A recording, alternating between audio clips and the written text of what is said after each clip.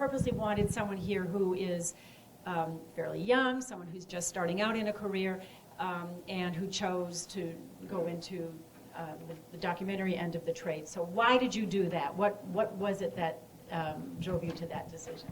I think at the beginning I wanted to be a journalist. I wasn't sure what kind of medium I would focus on. It was mostly because I grew up in the Middle East. I'm Jordanian.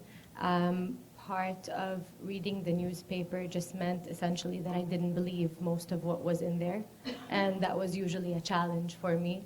I didn't understand where I could get my news from. And I think like a lot of people in my generation, this is a bit of a cliche, but when the Arab Spring happened, a lot of my friends and I realized that we didn't really have a platform as Jordanian youth to discuss politics. And so we started out with simple things like Facebook groups, and then eventually I joined the citizen journalism website called Hibr, which means ink in Arabic. And we eventually grew into an online magazine because of how hungry people were for stories that were coming through something that seemed less filtered than a lot of our mainstream media. And I think my decision to go into video comes from the fact that as I was reporting back home, there were sometimes a lot of things that I wish I could have shown my audience as I was writing about them. I mean, meeting the characters that I met in the field,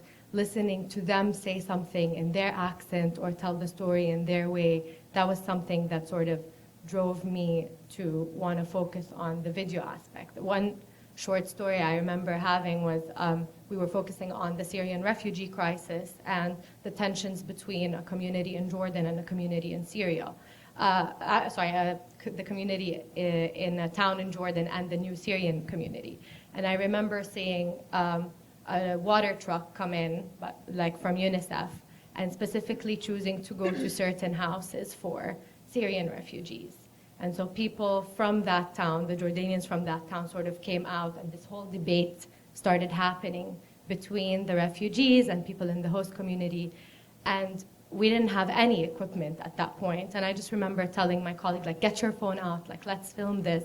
This can translate what we were trying to report on, which is the tensions that are going on in the community without us trying to editorialize too much. This can just show what's going on. And so it started from there, and eventually I decided to focus on documentary because visually that's what would make the most impact on me when I would read a story or want to look for something to understand.